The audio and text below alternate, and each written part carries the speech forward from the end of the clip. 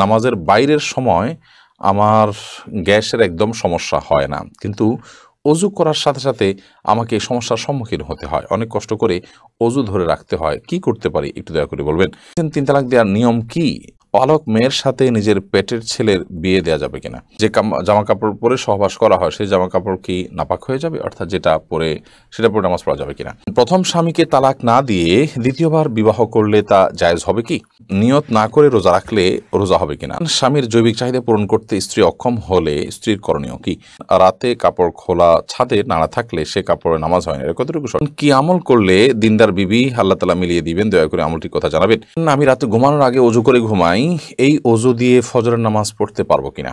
মেয়েদের অজু করার সময় যদি মাথার কাপড় পড়ে যায় বেখেয়ালে, এদিকে অজু হবে নাকি আবার শুরু থেকে করতে হবে?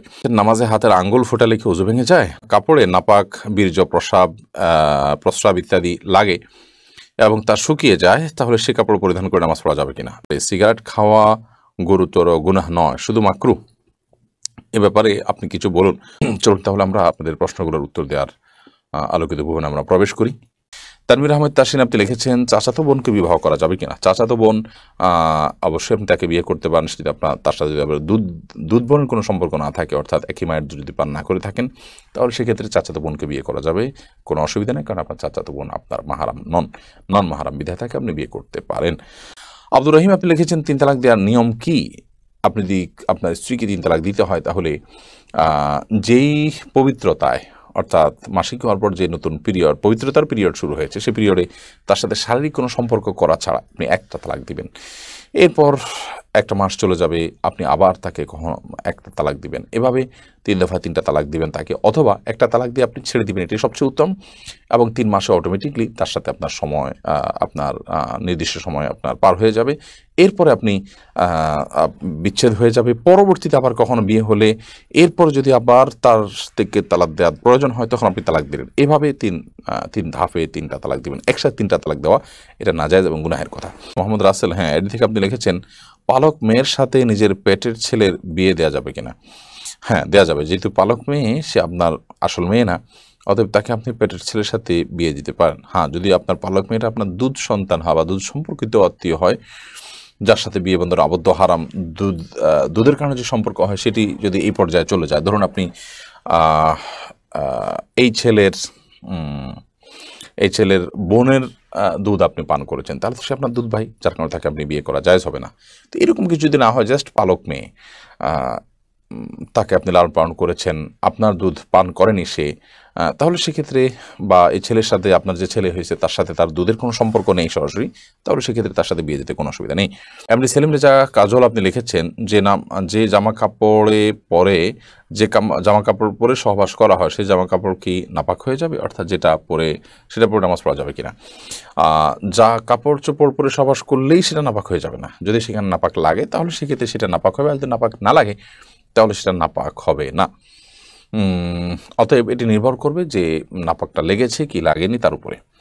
রোবাই আমিন মৌরি এই আইডি থেকে আপনি লিখেছেন, প্রথম স্বামীকে তালাক না দিয়ে দ্বিতীয়বার বিবাহ করলে তা জায়েজ হবে কি? দ্বিতীয় বিয়ে যদি জায়েজ না হয়, তাহলে প্রথম স্বামী তার জন্য জায়েজ থাকবে কিনা, দয়া করে জানাবেন। প্রথম স্বামীর সাথে যদি বিচ্ছেদ না হয়, তাহলে দ্বিতীয়বার যদি কোনো নারী বিয়েতে আবদ্ধ হন, তাহলে সেটি জায়েজ হবে না, পরে বিয়েটা বাতিল হিসেবে গণ্য হবে, এটা বিয়েই না, যার কারণে সেটি আপনার কার্যকরী হবে না। আর দ্বিতীয় বিয়ে জায়েজ না থাকার কারণে আপনার প্রথম স্বামীর স্ত্রী হিসাবে তিনি বলবৎ আছেন এবং সেটাই থাকবেন, এবং সেখানে বিয়ে শাদীর কোনো কিছুর প্রয়োজন নাই, কারণ পর বিয়েটা তো হয় নাই, ওটা হওয়া না হওয়া সমান। বিদায় প্রথম বিয়েটাই বলবৎ আছে এবং সেটার আলোকে তারা স্বামী স্ত্রী হিসাবে জিনাতিপাত করবেন এবং তারা একসাথে বসবাস করবেন।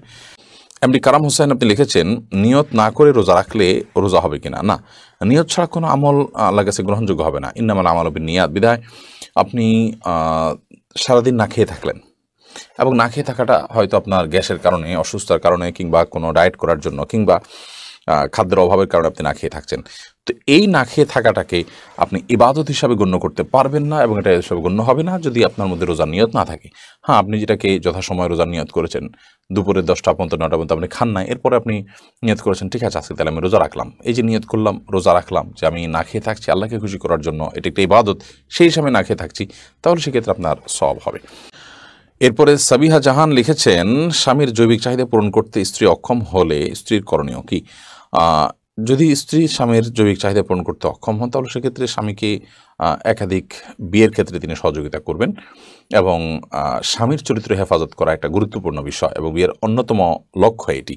তো সে লক্ষ্য যদি পূরণে অপারগ হন তিনি, তাহলে সেক্ষেত্রে স্বামী গুনাহের দিকে যেতে পারেন, চরিত্র নষ্ট হতে পারে। সেই জায়গা থেকে স্বামীর জন্য দ্বিতীয় বা তৃতীয় স্ত্রীর ব্যবস্থা করা এবং সেটার জন্য মানসিক সম্মতি দেওয়া, তাকে সহযোগিতা করা, এটা কর্তব্যের অংশ।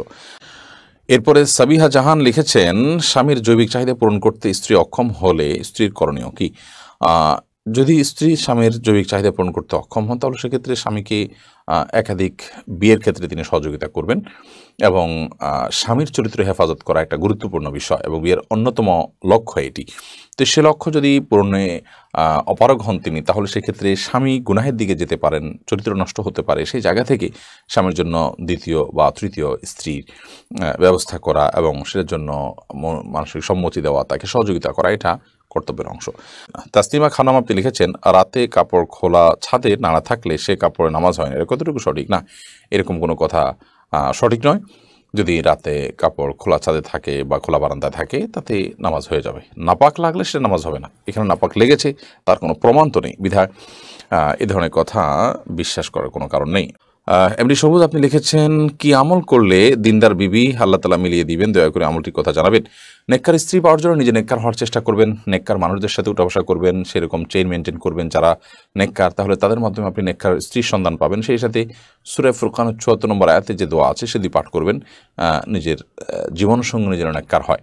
রব্বানা হাব লানা মিন আজওয়াজিনা ওয়া যুররিয়াতিনা কুররাতা আয়ুন ওয়াজআলনা লিল মুত্তাকিনা ইমামা, বিশেষ করে পড়বেন।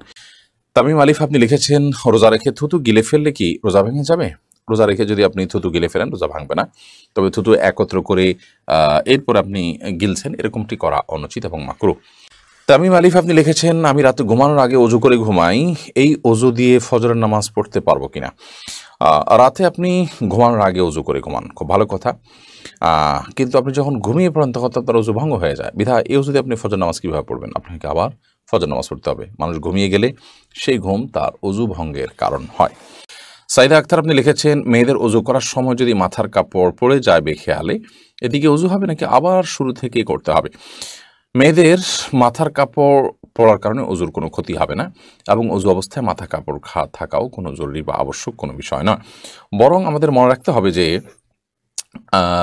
মেয়েদের অজু করার সময় যখন তারা মুখ ধৌত করবেন তখন তাদের তো চুলের গোড়া পর্যন্ত কানের লুতি পর্যন্ত পৌঁছাতে গিয়ে কাপড় ভিজে যেতে পারে, তখন বরং মাথার কাপড় খোলাটা অযৌক্তিক নয়, বিশেষ করে যখন কোনো মাহরাম পুরুষ তাকে দেখার কোনো আশঙ্কা না থাকবে। আর দ্বিতীয়ত যখন তারা মাথা মাসা করবেন তখন যদিও মাথা কাপড় ফেলানো ছাড়া হাত ভিতর দিয়েও হতে পারে, তারপর অংশ মাথা কাপড় ফেললে খুব ভালোভাবে মাসা করা যায়। বিধায় মাথার কাপড় ফেললে অজুর কোনো ক্ষতি হবে না। ওম্মে ফারহান আপনি লিখেছেন, নকল চোখ ও চোখের পাপড়ি কি ব্যবহার করা যাবে? না, এগুলো আল্লাহর সৃষ্টিতে পরিবর্তনে শামিল হবে এবং সাজগোজ এই গণ্ডিতে থেকে যে করা যাবে এটা তার মধ্যে পড়ে না। এটা হলো একরকম আপনার লৌকিকতার বাইরেও, এটা হলো এক ধরনের মানুষকে ধোকায় ফেলে দেওয়া, যা বাস্তব নয় সেটা প্রকাশ করা। এরপরে মেহরুবা হক আপনি লিখেছেন, নামাজে হাতের আঙ্গুল ফোটালে কি অজু ভেঙে যায়? নামাজে যদি হাতের আঙ্গুল ফোটানো হয় তাতে অজু ভাঙবে না, সালাতও ভাঙবে না, কিন্তু এটা মাকরুহ হবে এবং সালাতকে ত্রুটিযুক্ত করবে। কারণ প্রথমত এমনিতে আঙ্গুল ফোটানো এটা ভালো কোনো বিষয় নয়। দ্বিতীয়ত সালাতের মধ্যে যেটা করবেন সেটা আপনার সালাতের যে খুজু আছে সে খুজুর খেলাফ হবে, যে পরিমাণ নীরবতার সাথে সালাত করা দরকার তার পরিপন্থী হবে, তাই সেটি করা উচিত হবে না। মোহাম্মদ আব্দুর রাজ্জাক আপনি লিখেছেন, যদি কাপড়ে নাপাক, বীর্য, প্রস্রাব ইত্যাদি লাগে এবং তা শুকিয়ে যায় তাহলে সে কাপড় পরিধান করে নামাজ পড়া যাবে কিনা? বীর্য যদি লাগে, সে বীর্যকে যদি শুকিয়ে যায় এবং শক্ত হয়ে যায়, সেটাকে খুঁচিয়ে খুঁচিয়ে যদি উঠে ফেলানো যায় তাহলে তাদের সালাত আদায় করা যাবে, যদিও কিছু আলামত তাও থেকে যেতে পারে। তারপর সেখানে সালাত আদায় করা যেতে পারে। বীর্য পবিত্র করার জন্য পানিতে পবিত্র করাই যাবে, আর এর বাইরে এরকম খুঁচিয়ে খুঁচিয়ে তুলে ফেলা এটাও বীর্য পবিত্র করার একটা পদ্ধতি। আর প্রস্রাব এবং এই জাতীয় নাপাক যেগুলো লাগে, যেগুলো খুঁচিয়ে ওঠার মতো নয়, সেগুলো লাগার পর ওই কাপড়কে ধুইতে হবে। ধোয়ার পর সেটি পাক হবে, যে জায়গা লেগেছে সেই জায়গাটুকু ধুলেই ইনশাআল্লাহ বিদিনাল্লাহ পাক হয়ে যাবে, অর্থাৎ নাপাকটা দূর করতে হবে। এমনি আমির হোসেন আপনি লিখেছেন, নামাজের বাইরের সময় আমার গ্যাসের একদম সমস্যা হয় না, কিন্তু অজু করার সাথে সাথে আমাকে এই সমস্যার সম্মুখীন হতে হয়, অনেক কষ্ট করে অজু ধরে রাখতে হয়। কি করতে পারি একটু দয়া করে বলবেন। নামাজের বাইরের সময় গ্যাসের সমস্যা হয় না, কিন্তু নামাজ দাঁড়ালে শুরু হয়ে যায়। এটা কোনো দুষ্ট জিনের উপদ্রব কিনা, ব্ল্যাক ম্যাজিকের কারণে কিনা, সেটা আপনার দেখা দরকার, এবং সেটার জন্য আপনি রাকিদের শরণাপন্ন হয়ে ট্রিটমেন্ট করা উচিত। বিশেষ করে কোরআন কারিমের তেলাওয়াত, জিকিরের পরিমাণ বাড়িয়ে দেওয়া উচিত।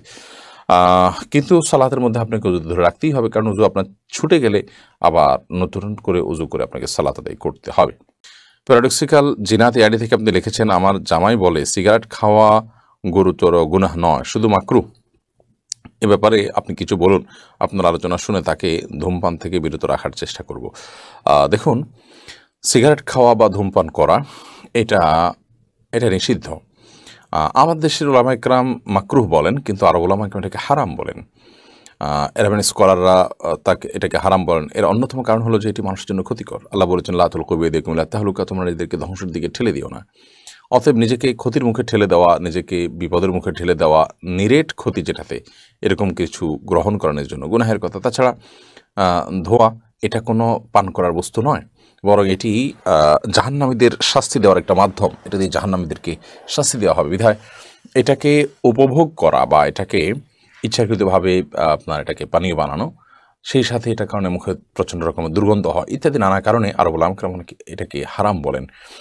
আর মাকরুহ যে বলা হয়, এর মাকরুহ মানে এই না যে এটা করা যাবে, না করা উত্তম, ব্যাপারটা এরকম না।